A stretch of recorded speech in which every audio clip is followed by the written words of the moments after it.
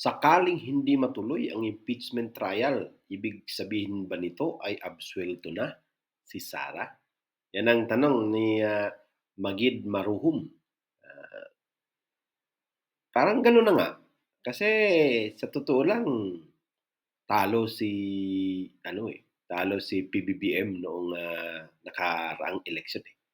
Ang dating ngayon eh magiging absuelto si Sara dahil hindi na matuloy yung impeachment. Ano pa? Kaya medyo kampante si Sara na sumagot-sagot na dapat din daw, according to 88% ng mga Pilipino, para siya rin ay makapagpaliwanag.